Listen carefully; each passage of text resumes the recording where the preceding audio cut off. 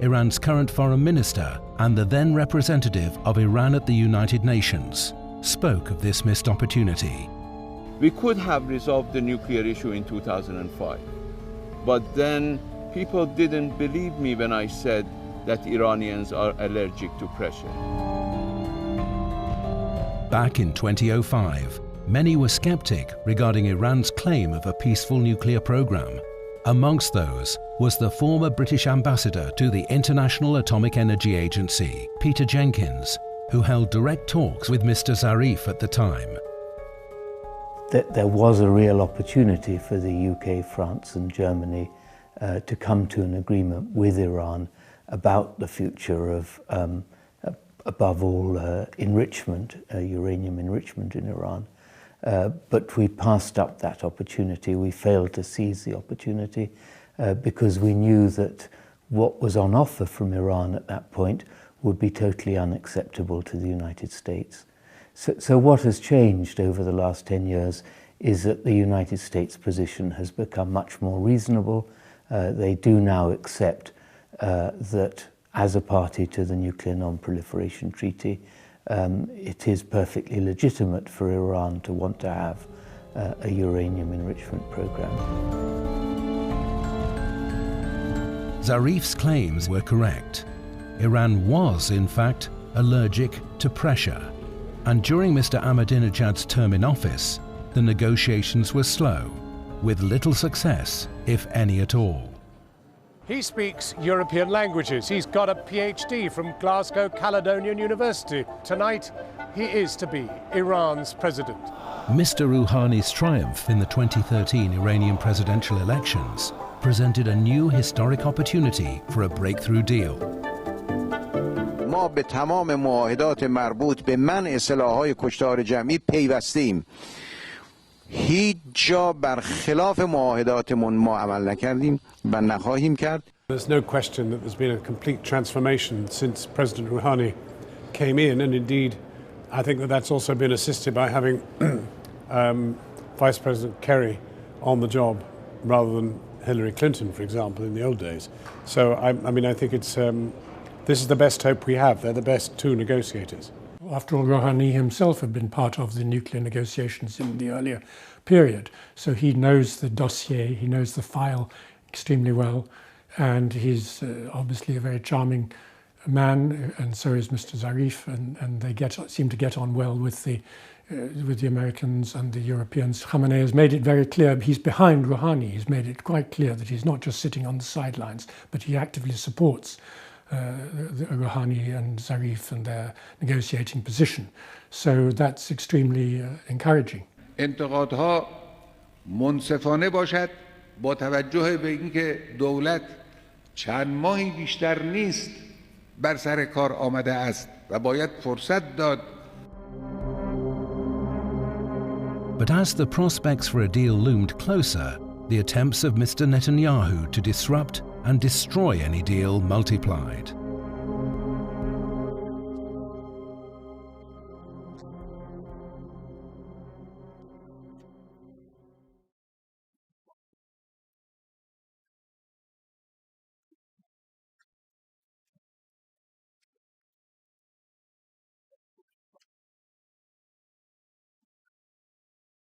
It was certainly a setback for him when the Iranian people elected a man who is not only committed to moderation, but is also obviously a wise and intelligent man.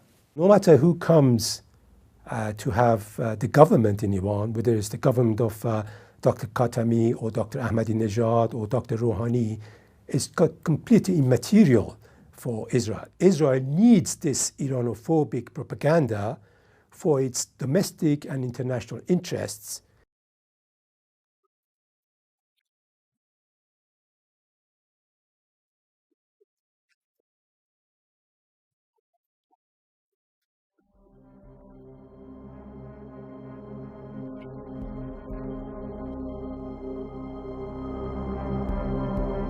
February 2015 saw yet another blow to Netanyahu's claims of an Iranian threat. Leaked top-secret Mossad documents shared with British paper The Guardian, revealed how Netanyahu's Secret Service contradicted his dramatic declaration to world leaders in 2012 that Iran was about a year away from making a nuclear bomb. The document stated that a secret report was shared with South Africa a few weeks after Mr. Netanyahu's UN speech. In this report, Israel's intelligence agency concluded that Iran was not performing the activity necessary to produce weapons.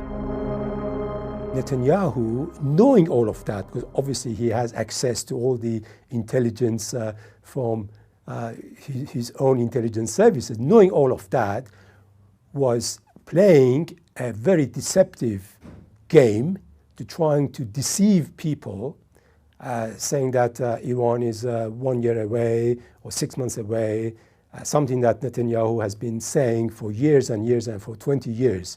And in order to mobilize support for sanctions and military intervention against Iran. The report highlighted the distance between the rhetoric of top Israeli politicians and the assessments of Israel's military and intelligence establishment. As the prospects of a deal with Iran grow bigger, Israel's attempts to obstruct and obscure it also intensify.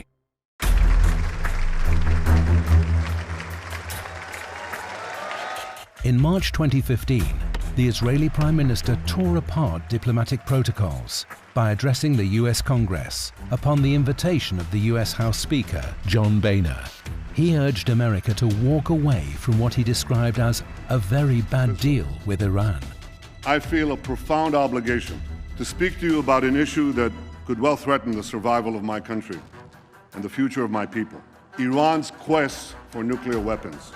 I don't think it was very effective. He was preaching to the converted anyway, so I don't think he won any new friends, and he alienated quite a lot of old friends. So I think, in fact, the speech was something of a disaster as far as his wanting to have any influence over America on the question of Iran's nuclear weapons. These were the hawkish people, and mainly Republicans. A lot of Democrats didn't turn up to listen to the speech. And these are people who already are excited about this alleged threat from Iran. And I think it actually had quite a big effect in alienating a lot of Americans from the Israeli Prime Minister Benjamin Netanyahu. Surprisingly, Mr. Obama was not involved in the invitation procedure and obviously not on the list of attendees. Obviously, it was odd, if not unique, that we learned of it from the Speaker of the House and that an administration was not included in this process. I did have a chance to take a look at the transcript, and as far as I can tell, there was nothing new.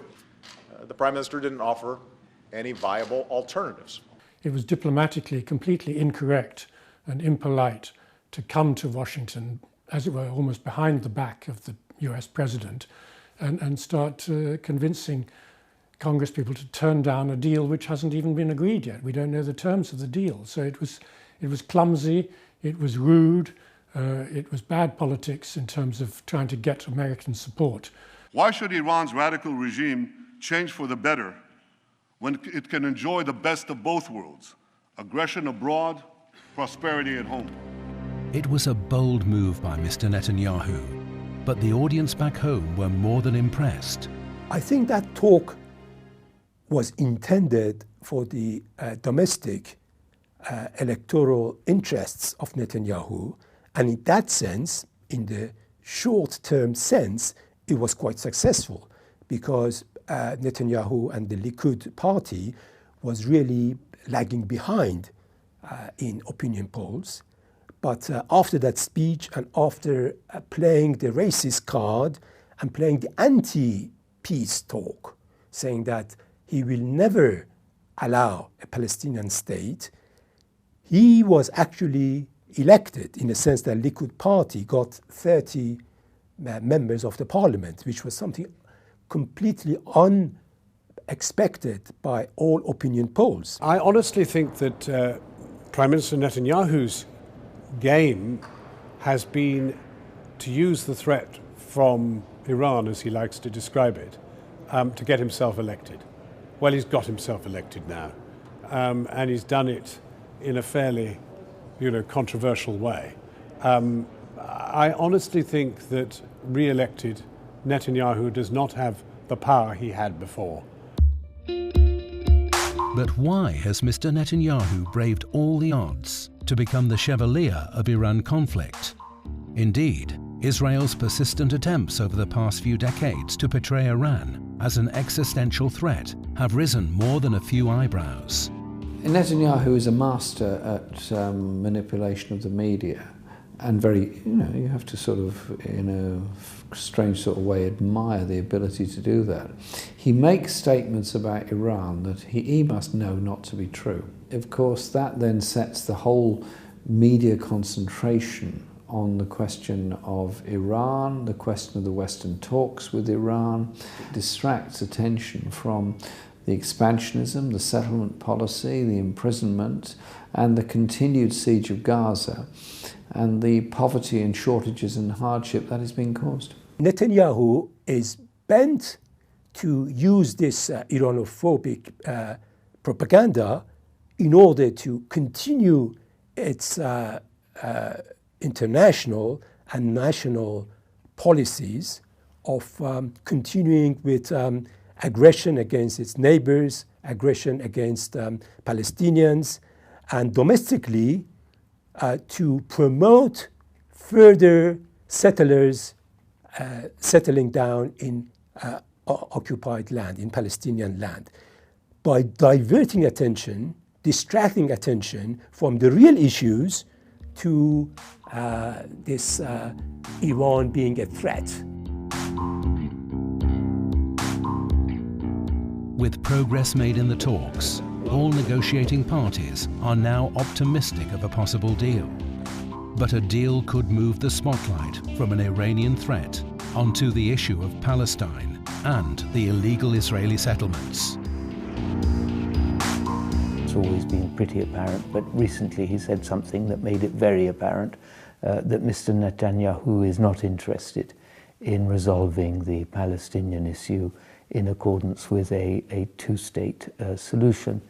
So he needs an issue like the supposed Iranian nuclear threat to distract attention from his reluctance, refusal to be constructive on Palestine.